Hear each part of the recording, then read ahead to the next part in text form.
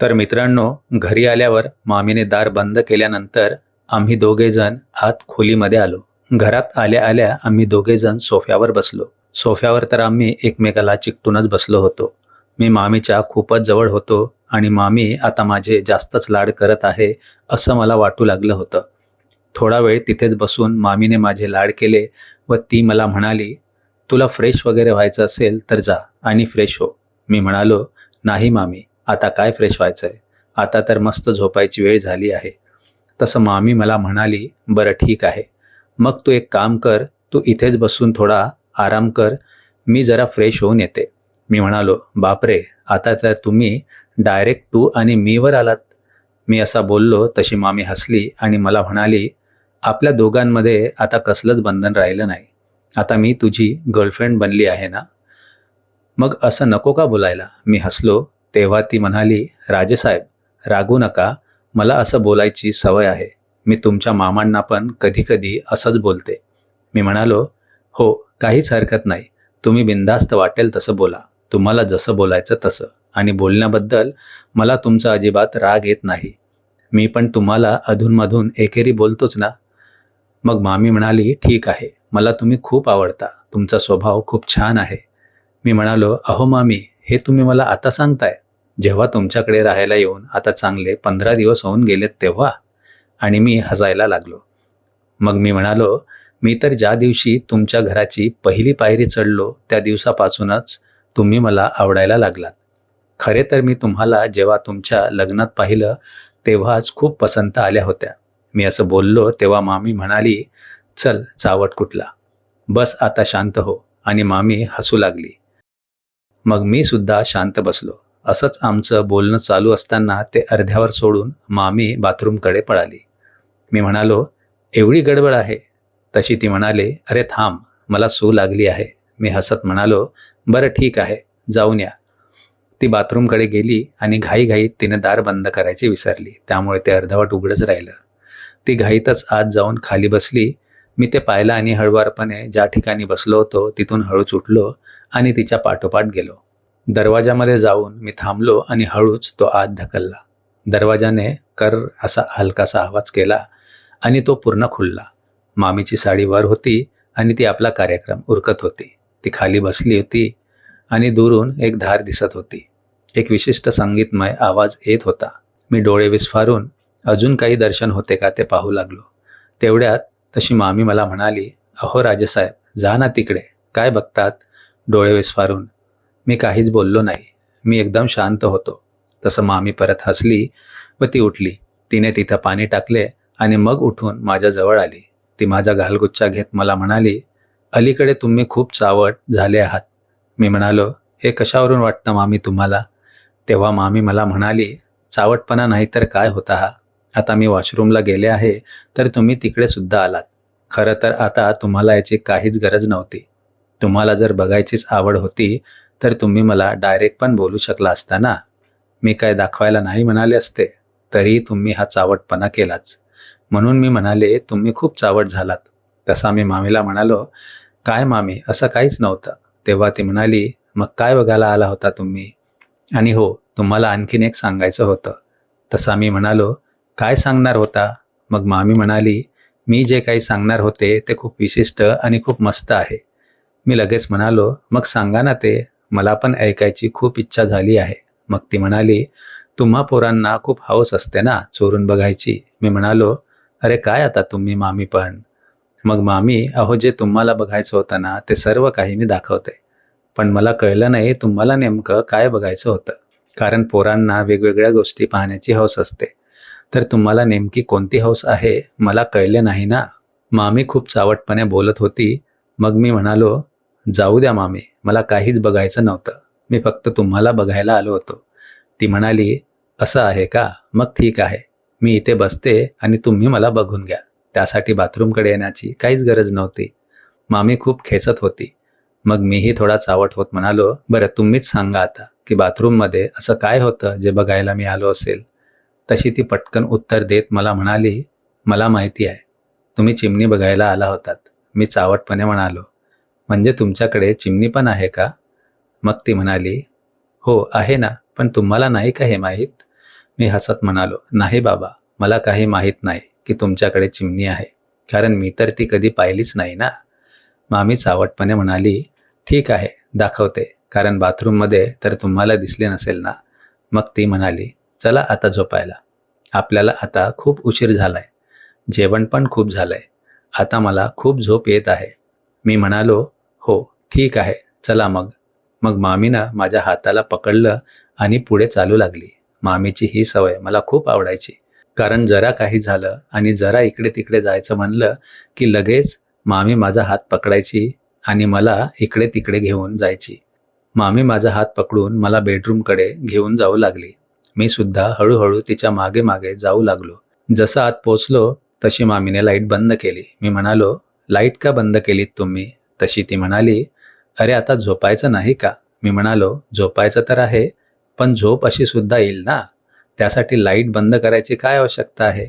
मामी म्हणाली, अरे मला सवय आहे लाईट बंद करून झोपायची, कारण प्रकाशामध्ये मला नीट झोप येत नाही. खरे तर ही सवय मला आधी नव्हती, पण तुमच्या मामामुळे मलाही अंधारात झोपायची सवय लागली. मी म्हणालो, ती कशी काय? ती म्हणाली, जाऊ द्या, ती खूप मोठी गोष्ट आहे, ते एक सिक्रेट आहे. मी म्हणालो, खरंच इतकं मोठं सिक्रेट आहे का, की जे तुम्ही मला सांगू शकत नाही? तेव्हा मामी म्हणाली, असं काही नाही, तुमच्यापासून लपवण्यासारखं आता काही राहिलं नाही. बरं सांगते. आणि असं म्हणून ती बोलली, खरे सांगायचे तर तुमचा मामा नेहमी असाच अंधारात मोकळा झोपतो. मग मलाही तो तसेच करायला सांगतो. मलाही मोकळे झोपायला लावतो. मग हळूहळू ती सवय मलाही पडली आणि आता मला अंधारात तसे झोपल्याशिवाय नीट झोपच येत नाही. त्याच्यामुळे मी असं अंधारातच झोपते. मी म्हणालो, हो का? मग मला पण तसेच शिकवा ना. पण मला अंधारात नाही तर उजेडात अशी सवय लावायची आहे. तुम्ही मला ही सवय शिकवा. मामी म्हणाली, मग तेच तर करते ना. मग त्यासाठीच अंधार केला होता आतमध्ये आल्या आल्याच. मी म्हणालो, नाही, जर तुम्ही स्वतःला माझी गर्लफ्रेंड समजत आहात तर मग सर्व काही प्रकाशात असायला हवा. मला असा अंधार नकोच आहे, कारण मला अंधार आवडत नाही. मला सर्व काही उजेडात शिकायचं आहे. मला सर्व काही उजेडातच व्हावं असं वाटतंय. त्यावर मामी म्हणाली, काय करावं बाई आता? तुम्ही खरंच खूप चावट झालात. मी म्हणालो, नाही मामी, तुम्ही काही जरी म्हणालात तरी मी लाईट बंद करू देणार नाही. मग मी उठलो आणि लाईट परत चालू केली. तशी मामी म्हणाली, राहू द्या ना बंद. मला खूप कसं तरी वाटतंय लाईट सुरू असली की. पण मामीचं काहीच ऐकलं नाही आणि लाईट मी तशीच सुरू ठेवली. मी म्हणालो, नाही मामी, तुम्हाला बोलायचं तर बोला, दाखवायचं तर दाखवा किंवा नका दाखवू, परंतु लाईट मात्र चालूच राहणार आहे. शेवटी माझ्या हट्टापुढे मामीनं हार मानली.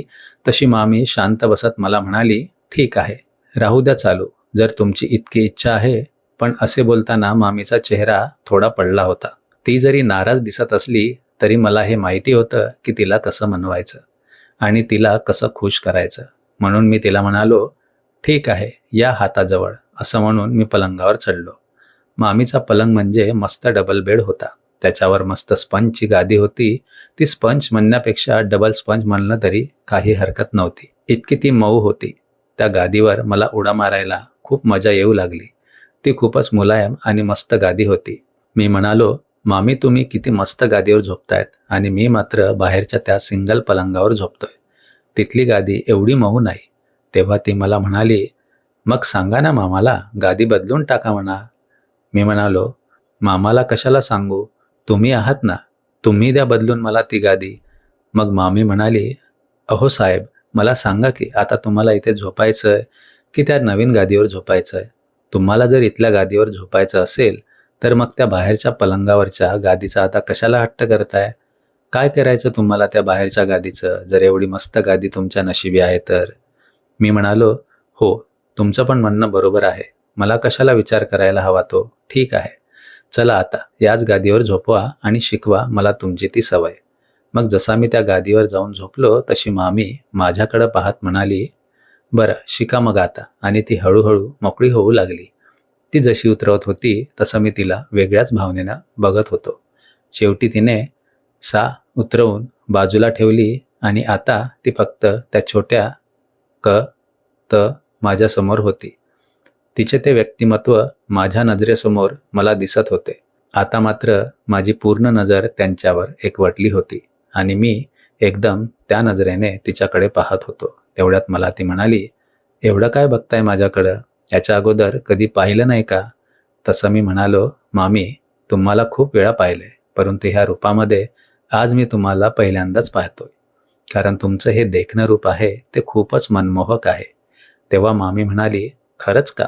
की नुसतं असंच बोलताय तुम्ही? तसं मी म्हणालो, हो मामी, एकदम खरं बोलतोय मी. मी कशाला उगाच खोटं बोलू? मामीला पाहून माझं मन चलबिचल करू लागलं होतं. मग पुढे असं झालं की मला वाटू लागलं मी उठावं आणि मामीला पकडावं, परंतु तेवढी माझी हिंमत होत नव्हती. मामीचे ते भरलेले रूप पाहून मला खूप उत्साह वाटू लागला होता.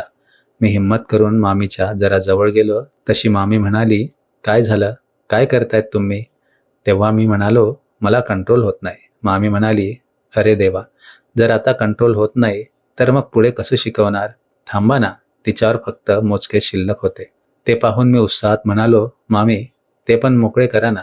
मग मामी जोरात हसू लागली आणि मला म्हणाली, चावट कुठला? एवढा पण दम नाही पडत का?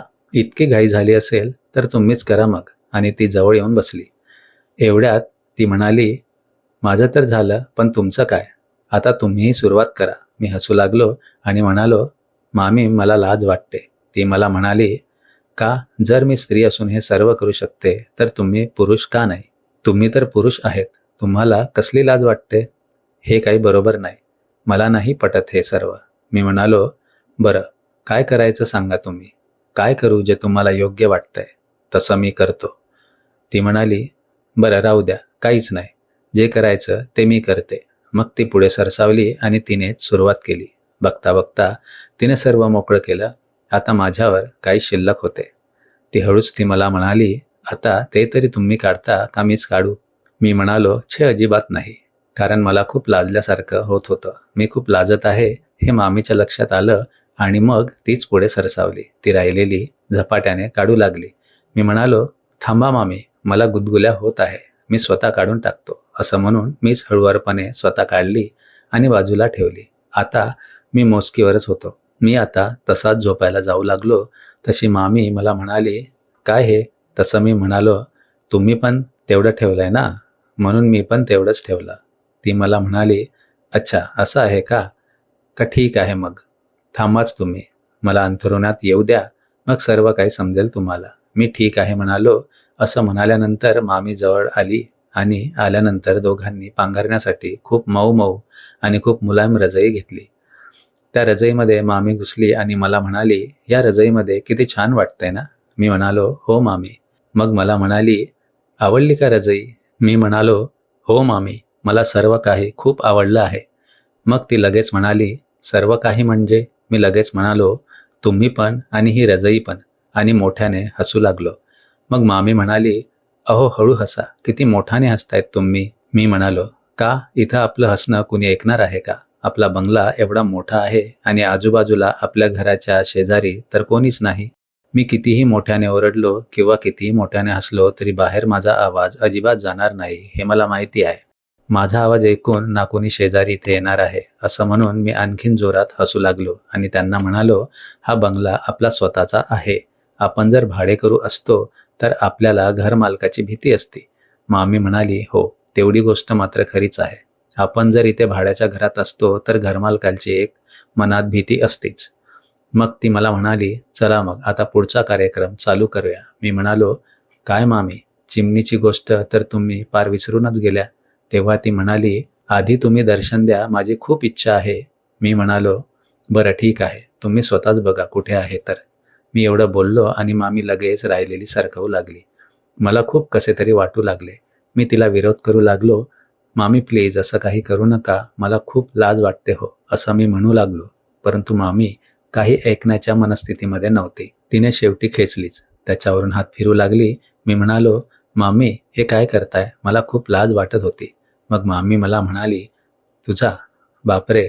मग मी लगेच म्हणालो, आणि चिमणी कुठे असते मला माहीत आहे. मी बघितली आहे थोडीशी. असं म्हणून मी हसू लागलो. तेव्हा मामी मुद्दाम मला उचकावू लागली आणि मुद्दाम डोचू लागली. मग मला म्हणाली, बरं ठीक आहे, तुम्हाला कळली ना कुठे आहे ती चिमणी, मग मला सांगा. मी काय करावं ही इच्छा मामीला माहीत होती.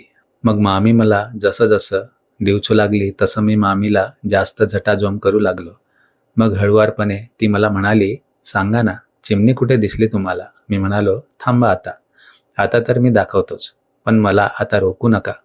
तुम्ही तर हात लावलाय ना, आता माझा नंबर आहे, मी हात लावणार.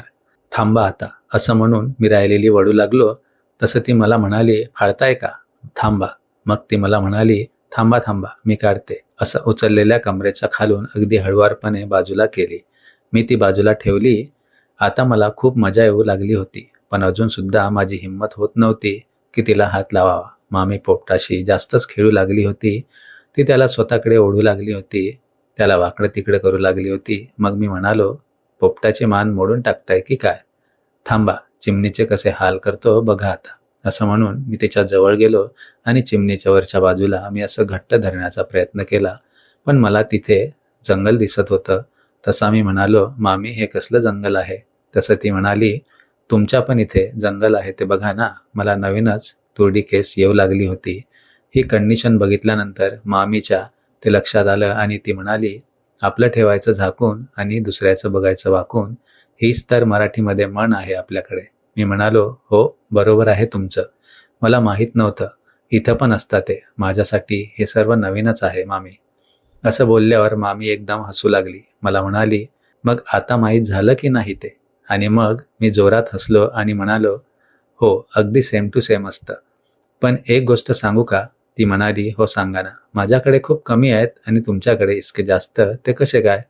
मग मामी म्हणाली, हो, ही पण गोष्ट बरोबर आहे. तुम्ही चांगला ऑब्झर्व करताय. परंतु माझं वय आणि तुमचं वय काहीतरी फरक आहे ना? मी म्हणालो, हो, बरोबर आहे.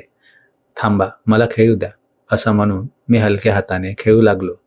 नंतर जसं मामी ओढत होती, तसं मी पण ओढू लागलो. पण मला वळायला काहीच येत नव्हतं. आता मला माहीत नव्हतं नेमकं काय करायचं. मी प्रयत्न करत असताना मधले बोट नेमके तिथे गेले, तशी मामी हलकेच सुस्कारली. तशी मग मला सुरुवात कळली आणि मला खूप आनंद झाला. मामीचं ओढणं सुरूच होतं आणि मीही सुरुवात केली होती. त्यामुळे मामीला कळले होते की आता मी शिकायला छान सुरुवात केली आहे. मित्रांनो, पुढे काय घडलं हे कथेच्या पुढील भागामध्ये ऐकायला विसरायचं नाही. कथा आवडली असेल तर आपल्या चॅनलला सबस्क्राईब करायचे विसरू नका. कथेला लाईक करून आपली प्रतिक्रिया कळवा. धन्यवाद.